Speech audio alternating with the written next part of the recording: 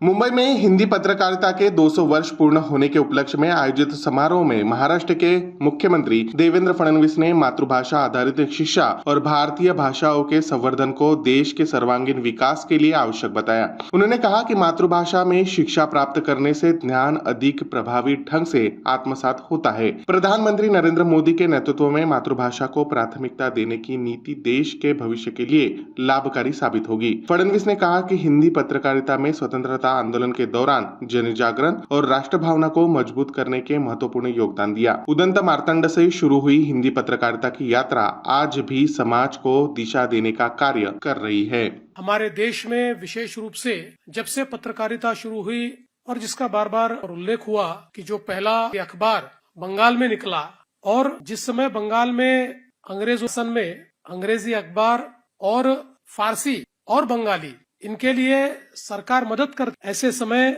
जब मार्तंड की शुरुआत हुई तो वहाँ एक हिंदी अखबार निकालना ये अपने आप में एक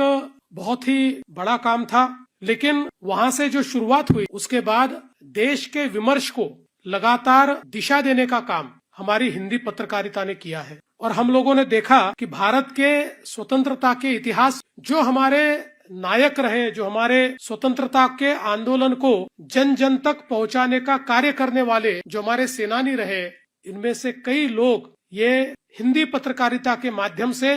और हिंदी लोगों में विमर्श को तैयार और स्वतंत्रता की अग्नि को प्रज्वलित करने का काम करते हैं। इसलिए से मैं ऐसा मानता हूं कि जब हिंदी पत्रकारिता को